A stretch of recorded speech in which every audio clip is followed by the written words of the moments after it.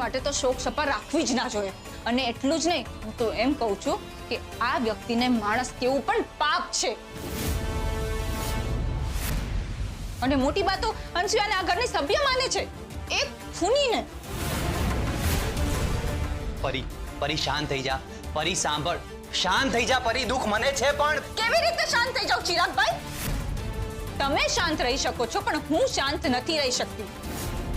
આપણે ભગવાનનો આભાર માનવો જોઈએ કે આપણી મમ્મી પાછી આવી ગઈ. અંશુએ મમ્મીને મારી નાખ્યો હોત તો? અયાનની માં એમાં આપણી માં નથી.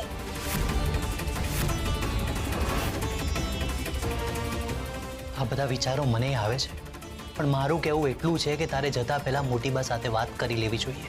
ચિરાગભાઈ, વાત એની સાથે થાય જે સાંભળવા અને સમજવા તૈયાર હોય. આ બધું તો એક પક્ષ ચાલે છે ને. બધાને અયાન અને રૂપ માટે સાનુભૂતિ છે. કેમ? કારણ કે એની મમ્મી મરી ગઈ છે.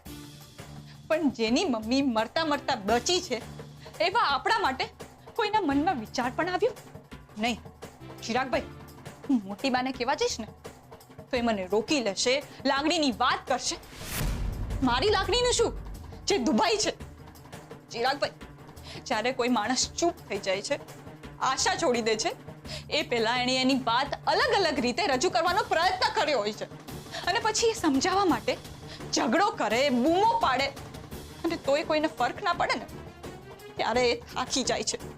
અને ચિરાગભાઈ, હું થાકી ગઈ છું. કારણ કે મને ખબર છે હું જેટલી પણ બૂમો પાડીશ કોઈને કાંઈ જ ફરક નથી પડવાનો. અને ચિરાગભાઈ, જ્યારે માણસ ચૂપ થઈ જાય છે ને એ પહેલા એ બહુ જ બૂમો પાડી ચૂક્યો હોય છે. એટલે મારે અંશુયાના શોક સભામાં નથી આવવું. શોક સભામાં તો મારે પણ નથી જવું, પણ શું કરું? કયા વગર છુટકારો નથી. ચિરાગભાઈ, તમે એટલું જ ઈચ્છો છો ને કે હું મોટી બાને કહીને જાઉં? હું એમને પછી ફોન કરી દઈશ, પણ અત્યારે તમે મને જવા દો પ્લીઝ. Chiragbhai, please.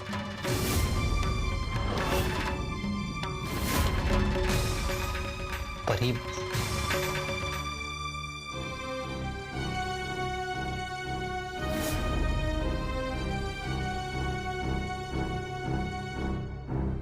હું પણ તારી જેમ નીકળી શકતો હોત તો કેટલું સારું હોત. લાગણી તો મને પણ નથી, પણ મોટી બા માટે મારે શોક સભામાં હાજરી આપવી પડશે. જીવતા જીવત તો બધું ગંદુ કર્યું, પણ મરતા મરતા પણ ઘર ગંદુ કરીને ગઈ. એને મરવું જ હતું તો કૂવામાં કૂદીને પણ મરી શકતી હતી ને. પણ ઘરમાં ગોળી મારીને ઘરના બધાને હેરાન કરીને ગઈ. લજ્જા ભાભી, હવે જે વ્યક્તિ રહ્યું જ નથી એની પાછળ આવા શબ્દો બોલવા આપણને ના શોભે. મીરા, મર્યા પછી પણ તમારા કર્મો ક્યારેય ભૂસાઈ નથી જતા. એ તો જીવતા જીવ પણ તમારી સાથે હોય છે અને મર્યા પછી પણ તમારી સાથે જ રહેશે.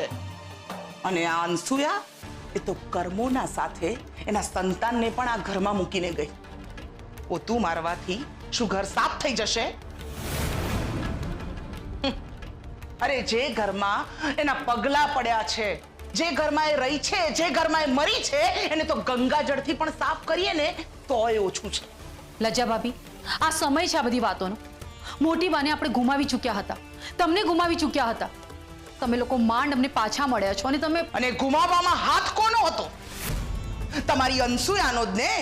અરે ઘરની શાંતિ કોણે ભંગ કરી? અનસુયાએ જ ને. એ તો ભગવાનનો આભાર, ભગવાનની દયા કે હું ને મોટી બા ઘરમાં પાછા આવી ગયા. બાકી એને તો કોઈ જ કસર બાકી નથી મૂકી. લજ્જા ભાભી, હું પણ એ જ કહી રહી છું કે ભગવાનની દયાથી બધું જ સારું છે. અને હવે જે વ્યક્તિ રહ્યું નથી એના માટે તમારા મનમાં કોઈ પણ વાત નહીં રાખો. બધી વાત કાઢી નાખો. કાઢી નાખત મીરા. જો અયાન નામનું બીજ આ ઘરમાં ન રાખ્યું હોત તો બધું જ મનમાંથી કાઢી નાખત. પણ જે ઘરમાં સાપના બચ્ચા રહેતા હોય એ ઘરમાં આંધળું બનીને કઈ રીતે ફરી શકાય? અને એના બચ્ચામાં પણ ઝેર તો હોવાનું જ ને. ક્યારે એ સાપ આપણને ડંખ મારી જાય એની શું ખાતરી?